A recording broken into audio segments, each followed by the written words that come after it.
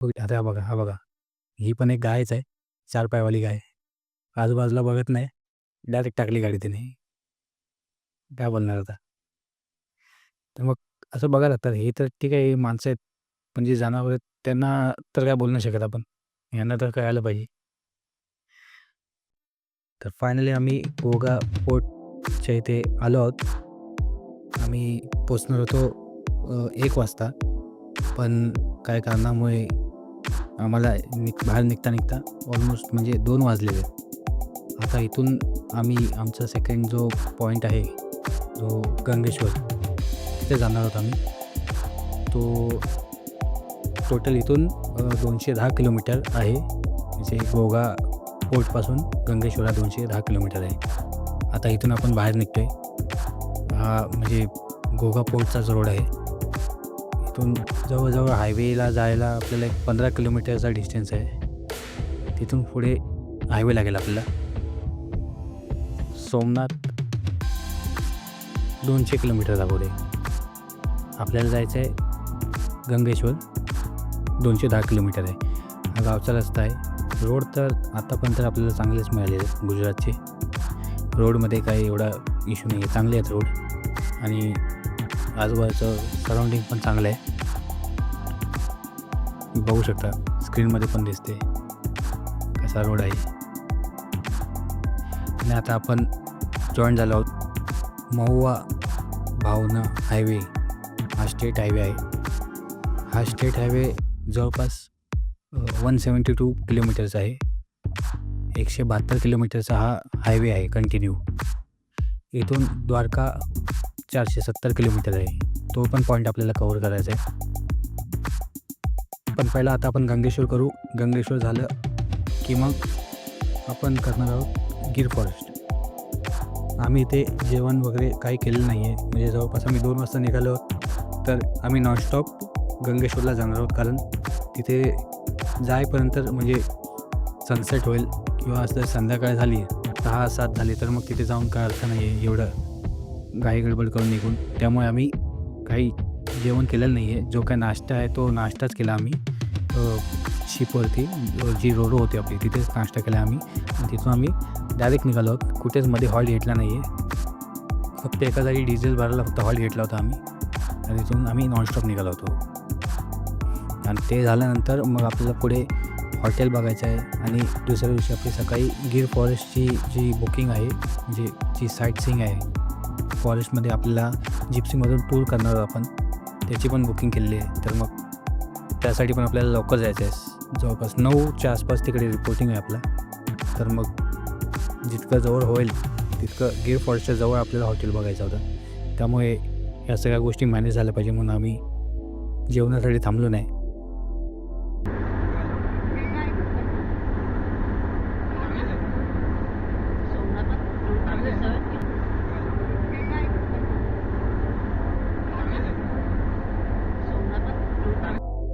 महुवा 41 kilometre आहे. महुवाच्या पुढे उना एक गाव आहे आणि उन्हाच्या पुढे दीव दमन. हा बघा मध्येच कुत्रा आलेलं आहे. अरे हायवेवरून जाताना आधीमध्ये असे प्राणी येतात. जसं आता कुत्रा आलेला आहे तसेच गायी येतात. तर ह्या गोष्टीचं जर तुम्ही हायवेने बाय रोड जर ट्रॅव्हल करत असाल तर ह्या गोष्टी जरा लक्षात ठेवा. कारण आजूबाजूने अधूनमधून कुठूनही अशा गायी येतात. तर मग ते जरा डोक्यामध्ये ठेवूनच गाडी चालवावी लागते. इथे रोड मोकळा आहे तर मग आपली स्पीडही जास्त असते. आणि अचानक असं काय आलं मध्ये तर मग ते थोडं प्रॉब्लेम होतो. महाराष्ट्रामध्ये एवढं बघितलं आहे. हा बघा ही पण एक गायच आहे. 4 पायवाली गाय. आजूबाजूला बघत नाही. डायरेक्ट टाकली गाडी त्याने. काय बोलणार आता? मग असं बघायला लागतं. हे तर ठीक आहे, माणसं आहेत. पण जे जनावरं आहेत त्यांना तर काय बोलू नाही शकत आपण. यांना तर कळायला पाहिजे.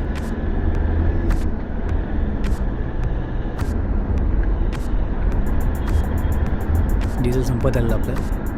आपण डिझेल भरून घेऊ. इथे जवळ पेट्रोल पंप आहे. हा हायवेवरती होता. इथे डिझेल फुल करू आपण. आणि तुम्ही जर CNG कार तुमची घेऊन येत असेल तर इथे CNG पण बऱ्यापैकी जागोजागी आहे. एवढी काही गर्दी नसते जशी आपली मुंबईमध्ये किंवा पुणे या साईडला जशी जेवढा रश क्राऊड असतो तेवढं क्राऊड इथे आता आम्ही बघितलं नाही सी एन जीला. सी एन जीचे पॉईंट्स जागोजागी आहेत, तर मग एवढं काही प्रॉब्लेम होत नाही आपल्याला सी एन जीवर. डिझेल फुल करून झाल्यानंतर आम्ही इथून निघालो परत नॉनस्टॉप. इथे थोडा पॅच होता जो काम चालू आहे रस्त्याचं, पण ठीक आहे, म्हणजे तेवढं तर ठीक आहे, एवढं तर चालतंच.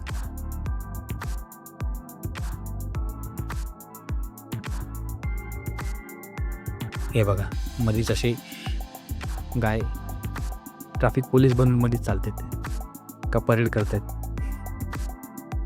ह्या गायी कोणाच्या आहेत का सोडलेल्या आहेत ते अजून काही समजत नाही आहे की नक्की आहे काय हा सीन. कारण ह्या गायी मध्येच हायवेवरती बसतात,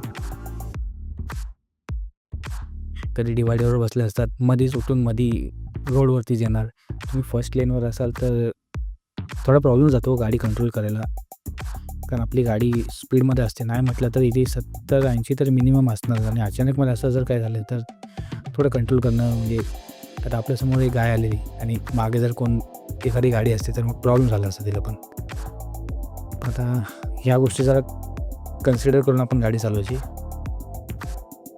तो वाजलेत 4:30. हे बघा गायमध्ये आली, मला गाडी पूर्ण थांबवावी लागली कारण दुसरा पर्यायच नव्हता माझ्याकडे.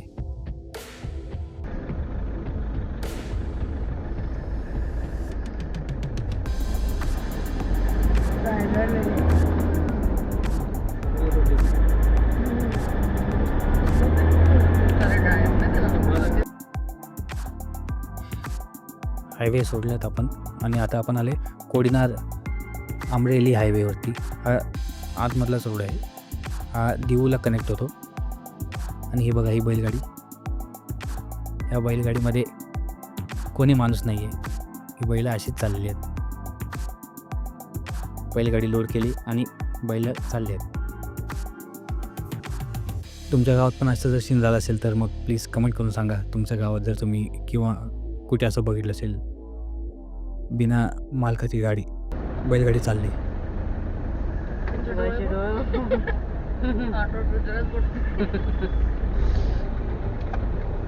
हा जो रोड आहे हा सरळ जातो दिवला, दिव गंगेश्वर.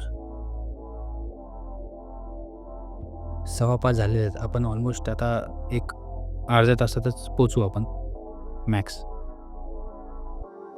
इथून आपण राईट मारणार आहोत. राईट मारून थोडं इथं काम चालू आहे एवढंच, त्यामुळे जो ऑपोजिट साईडने आहे तिथून आपण गाडी टाकायची. इथं थोडं काम चालू आहे रोडचं. आणि पुढे हा कोस्टल रोडच बोलू शकतो एक प्रकारचा, कारण समुद्राला लागूनच रोड आहे. तो मस्त वाटते. पाणी थोडं कमी आहे, पाण्याची भरती थोडी कमी होती त्यामुळे पाणी पुढेपर्यंत दिसत नाही, पण चांगला व्ह्यू आहे. आणि इथे गुजरातमध्ये जास्त पब्लिक अशी हाय नाही, म्हणजे जशी आपली महाराष्ट्रामध्ये दिसते बाबा किंवा ट्रॅफिक आहे एवढं तर काही दिसून आलेलं नाही आहे. आणि इथे आजूबाजूची घरं पण तुम्ही बघाल तर बंदच आहे, किंवा म्हणजे कुठल्या घराला लॉकच आहे. असे घरामध्ये कोण माणसं आहेत किंवा असं काय आम्हाला दिसलं नाही आहे. हे तर दीव आहे, आता काय माहीत नाही कसं करायचं नाही, कारण आपले तर असं कुठे बघितलं नाही की घरं बंद आहेत. गावाबिवामध्ये ठीक आहे, हे तर युनियन टेरिटरी आहे. आता नक्की काय प्रकार म्हणजे काय आहे यांचं ते त्यांना माहिती की घरं का बंद आहे ती. आता हा ब्रिज पार करून आपल्याला त्या साईडला जायचं आहे. आणि आता ऑलमोस्ट आपण पार्किंगच्या एरियामध्ये आलो आहोत. इथे आपल्याला गाडी पार्क करायची आहे. गाडी पार्क करून पुढे आपल्याला दर्शनाला जायचं आहे. वाजले 5:30. 50 रुपये पार्किंगचे चार्जेस आहेत. हे 50 रुपये भरून आपण गाडी पुढे पार्क करायची आहे आणि लवकर जाऊन दर्शन घ्यायचं आहे, कारण आता 5:30 तर झालेले आहेत. तर सूर्य मावळ्याच्या अगोदर दर्शन घेतलं बरं, कारण हा कोस्टल रिजन आहे, समुद्राला लागूनच शिवलिंग आहे. गंगेश्वरचं जे आहे शिवलिंग, तिथे मंदिर जे आहे ते समुद्राला लागूनच आहे, त्यामुळे आपल्याला लवकर दर्शन घ्यावं लागेल. चला दर्शन घेऊया आता.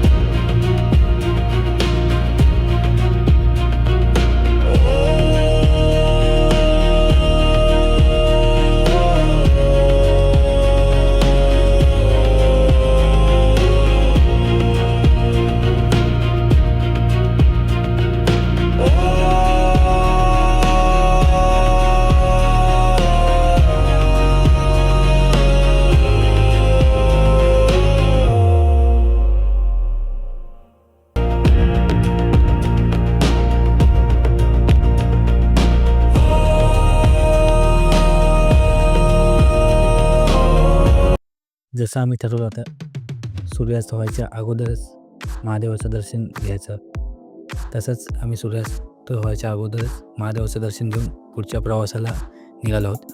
पुढचा आमचा स्पॉट आहे गिर फॉरेस्ट आणि सोमनाथ. हे आम्हाला दोन्ही एकाच दिवशी कवर करायचे होते, त्यामुळे आम्ही सोमनाथला आता निघालो. सोमनाथ आहे इथून 2 तासाच्या अंतरावरती आहे आणि आम्ही ऑन द वेच काहीतरी जेवण बघणार आहोत, कारण दिवसभर काय खाल्लेलं नाही आहे, तर जेवण बघणार आहोत, जेवणार आणि जवळच हॉटेल बघणार आहोत. गिर फॉरेस्टच्या जवळपास आम्हाला हॉटेल बघायचं आहे, कारण उद्या सकाळी लवकर आम्हाला आमची सफारीची बुकिंग आहे, तर ते आम्हाला कवर करायचं आहे त्यामध्ये. आणि तुम्ही जर येत असाल तर हॉटेल पहिलाच बुक करा, कारण इथे हॉटेल्स भेटत नाहीत. 4,000 5,000 एवढे पैसे देऊनही हॉटेल्स भेटत नाहीत. आम्हाला एक गिर फॉरेस्टच्या जवळ एक भेटला होता हॉटेल, तो त्याचा नंबर मी तुम्हाला शेअर करतो. जर तुम्हाला लागली त्याची जर रिक्वायरमेंट तर तुम्ही त्याला कॉन्टॅक्ट करू शकता. चांगली आहे प्रॉपर्टी. जर व्हिडिओ आवडला असेल लाईक करा, चॅनलला सबस्क्राईब करा पुढची व्हिडिओ पाहण्यासाठी. थँक्यू.